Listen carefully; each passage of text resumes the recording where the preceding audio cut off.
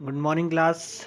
आज हम लोग बहुत important part chapter number 5 states and matter के बहुत इम्पॉर्टेंट पार्ट के बारे में डिस्कस करने वाले हैं। मैं आपको इतने ब्रीफली ये चीज़ समझाऊंगा कि आप लोगों को ग्राफ बनाना भी मैथ्स में तो आते ही हैं ग्राफ्स के क्वेश्चंस, लेकिन केमिस्ट्री फिजिक्स में ग्राफ्स के क्वेश्चन बहुत इंपॉर्टेंट रहते हैं, जिसके लिए आपको थोड़ी बहुत बेसिक मैथ्स आना चाहिए। ठीक है, तो आइए हम लोग समझते हैं पहले कि हमें पढ़ना क्या क्या है। आज हम लोग पढ़ेंगे लॉज ऑफ गैसेस।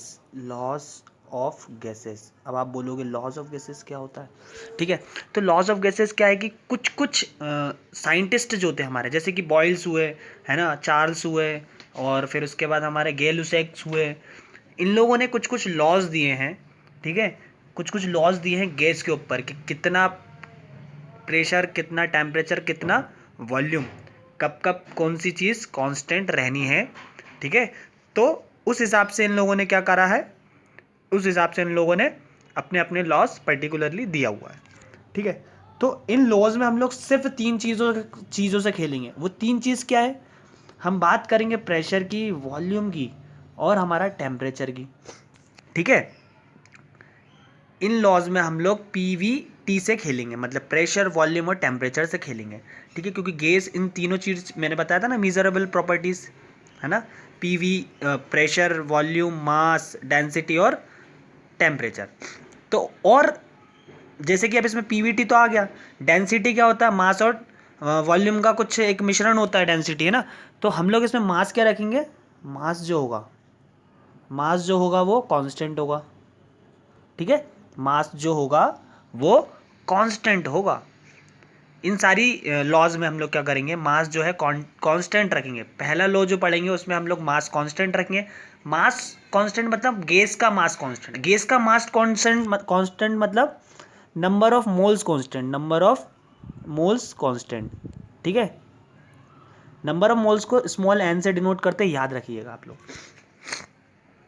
आइए, तो जो चीज़ मैं आपको समझाने जा रहा हूँ, ठीक है, वो चीज़ एक्सपेरिमेंटल प्रूव है, क्योंकि लॉ है ये। ठीक है, तो इसमें जो सबसे पहला लॉ आता है हमारा, वो आता है हमारा फर्स्ट लॉ आता है जो है बॉयल्स लॉ। कौन सा लॉ आएगा? Boyle's law. अच्छा, अब ये देखो, बॉयल्स जो लॉ होता है, बॉयल्स लॉ जो होता है वो पहले से ही बना हुआ है। ठीक है, तो बॉयल्स लॉ में दो चीज़ का बहुत अच्छे से ध्यान रखना है कि, और हाँ, मैंने जैसे बताया था ना आप लोगों को पीवीटी से खेलेंगे, तो इसमें हम लोगों ने एक चीज़ तो मास कांस्टेंट कर रखी। कौन सी चीज़? एट गिवन मास, है ना, और मास क्या है? कांस्टेंट, याद रखिएगा। अब इन तीनों में से एक चीज़ को, टेम्परेचर को, हम लोगों ने क्या करा, इसमें टेम्परेचर को भी कांस्टेंट मान लिया। टेम्परेचर कांस्टेंट क्या मान लिया?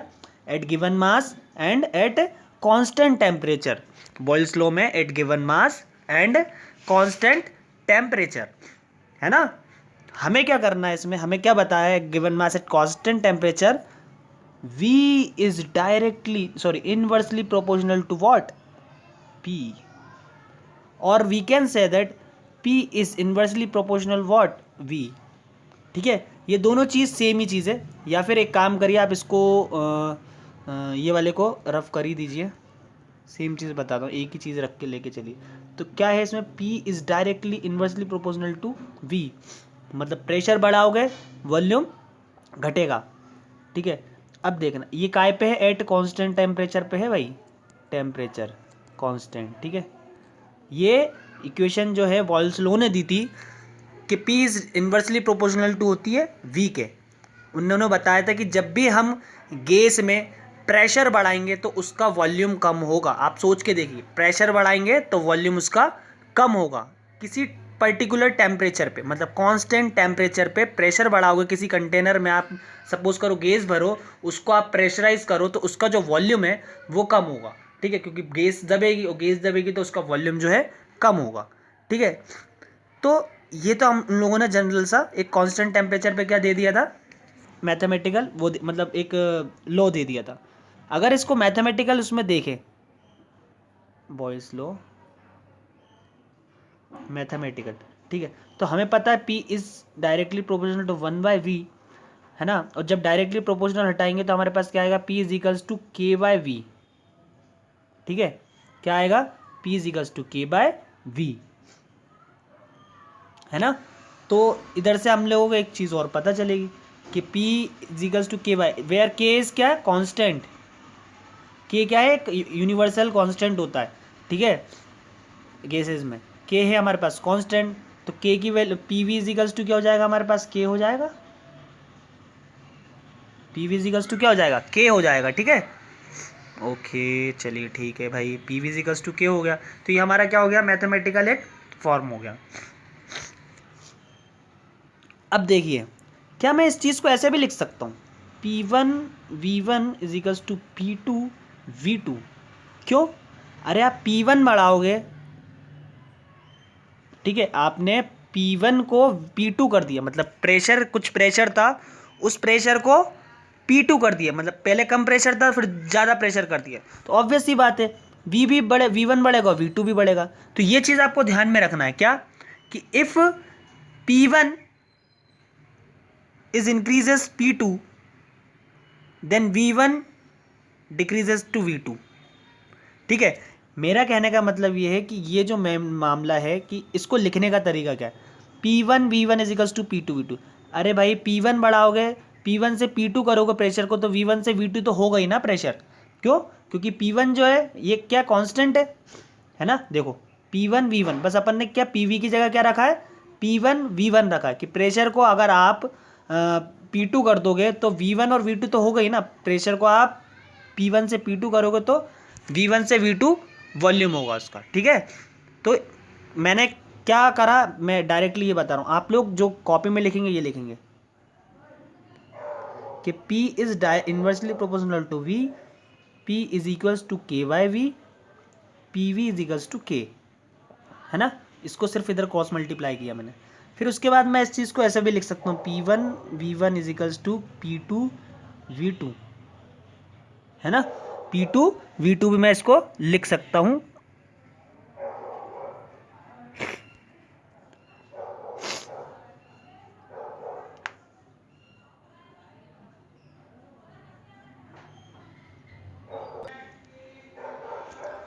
क्या आप लोगों को ये चीज़ समझ में आई, P1 V1 equals to P2 V2, या फिर मैं इसको और इजी वे में बताता हूँ आप लोगों को कि ये और इजी वे में कैसे होगा। ठीक है, मैंने बोला था पी वी इजिकल्स टू क्या होता है, के होता है।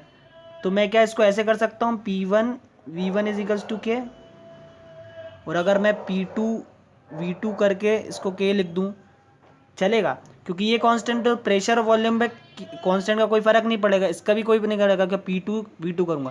तो इन दोनों के लेफ्ट हैंड साइड को इक्वल कर दो, तो क्या ये P1 V1 होगा और ये P2 V2 होगा। अब आप लोगों को समझ में आना चाहिए, इससे ईजी वो कोई सा नहीं होगा समझने के लिए कि पी वी इजिकल्स टू क्या होता है, हमें पता है। तो हमने क्या करा, P1 V1 को पी वी को लिख दिया P1 और V1, उसको कांस्टेंट कर दिया। P2 को लिख दिया, P को लिख दिया हमने P2 V2, उसको कांस्टेंट कर दिया। इन दोनों के कांस्टेंट को इक्वल कर दिया मैथमेटिकल टर्म में, और P1 इजिकल्स टू V1 ये हमारा हो गया। तो यही हमारा बॉयल्स लॉ है। क्या है, ये हमारा बॉयल्स लॉ है। ठीक है, अब इसमें देखने वाली चीज़ ये कि हम ग्राफिकल कैसे देखें इस चीज़ को, ग्राफिकल हम लोग कैसे देखें इस चीज़ को। तो हम लोग क्या कर रहे हैं, हम लोगों को पता है कि इस इन्वर्सली प्रोपोर्शनल होता है काय के, वी के, है ना। तो आइए हम इसका ग्राफिकल रिप्रेजेंटेशन देते हैं, ग्राफिकल रिप्रेजेंटेशन।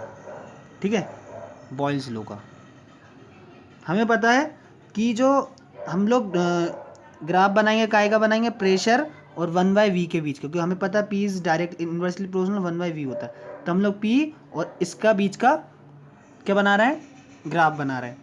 अच्छा, तो ये ग्राफ कैसे बनेगा, क्या आप लोगों को पता है कि ग्राफ कैसे बनेगा, नहीं पता। देखो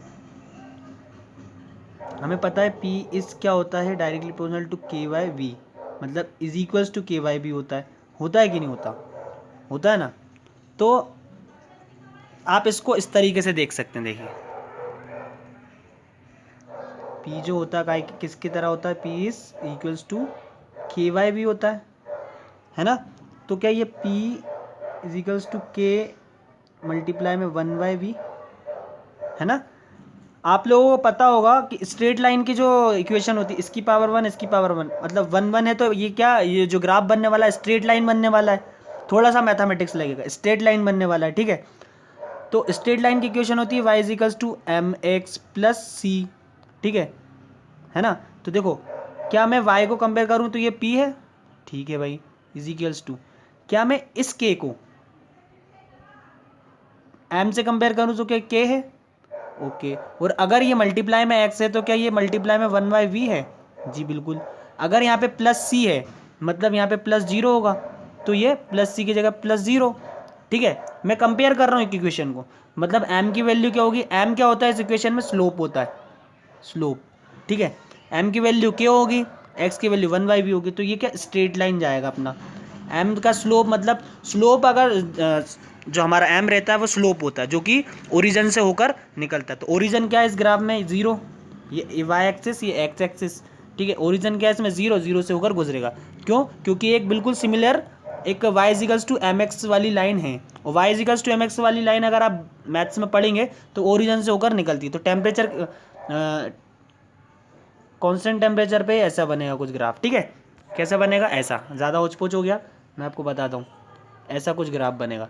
क्यों, क्योंकि p इजिकल्स टू वी के होता है, सॉरी के वी होता है, और p इजिकल्स टू क्या होगा, ये k 1/v प्लस 0, ऐसा कुछ ग्राफ बनेगा। ये बिल्कुल अगर इसको कंपेयर करें तो y equals to M X का ग्राफ है, ठीक है ये, और y equals to M X plus C क्या होता है, ये वाला ही ग्राफ होता है। m क्या है इसमें, k है, ठीक है, और x क्या 1/v प्लस कांस्टेंट जो हमारा 0 है, तो इसलिए हमारा जो ग्राफ बनेगा बिल्कुल स्ट्रेट लाइन बनेगा ओरिजिन से पास होता हुआ x y, ठीक है, सिर्फ सिंगल लाइन होगी, सॉरी। ये हमारा प्रेशर वर्सेस वॉल्यूम ग्राफ था, ठीक है। अब दूसरी बात करें, अगर हम P V equals to K है, क्या है हमारे पास, पी वी इजिकल्स टू के, तो हम एक ग्राफ और बना सकते हैं पी वी और पी के बीच में, ठीक है, पी वी और वी के बीच में बना सकते हैं, सॉरी, पी वी और वी के बीच में, मतलब प्रेशर वॉल्यूम और वॉल्यूम के बीच में। अरे हमें पता है पी वी जो है कांस्टेंट है, इससे कोई फर्क ही नहीं पड़ेगा, तो ठीक है, तो इसकी जो ग्राफ जाएगा स्ट्रेट जाएगा, मतलब कांस्टेंट, कांस्टेंट का ग्राफ कैसा होता है, स्ट्रेट लाइन, है ना, नो चेंज, मतलब आप पी बढ़ाओगे कांस्टेंट, मतलब आप वॉल्यूम कितना ही बढ़ाओ पी वी में कोई चेंज नहीं आएगा, तो ये कांस्टेंट जाएगा, ऐसा कुछ ग्राफ, ठीक है, बुक में भी दिया हुआ, देख लीजिए। एक ग्राफ हो रहा है इसमें, आप लोगों को ग्राफ से याद रखना किस किस के बीच में बना है। एक काम करिए, आप लोग सिर्फ ये 2 ही ग्राफ याद कीजिए। तीसरा ग्राफ होता है प्रेशर और वॉल्यूम के बीच में, मतलब P is directly proportional to V, मतलब ये इसके बीच में डायरेक्ट, ठीक है। तो ये क्या होता है, ऐसी जो इक्वेशन होती है वो रेक्टेंगुलर हाइपरबोला की होती है, तो उसका जो होता है ऐसा कुछ ग्राफ जाता है, ठीक है। वॉल्यूम 1 पे वॉल्यूम 2 पे V2 V1, ठीक है, प्रेशर अलग, दूसरा प्रेशर अलग, ऐसा कुछ।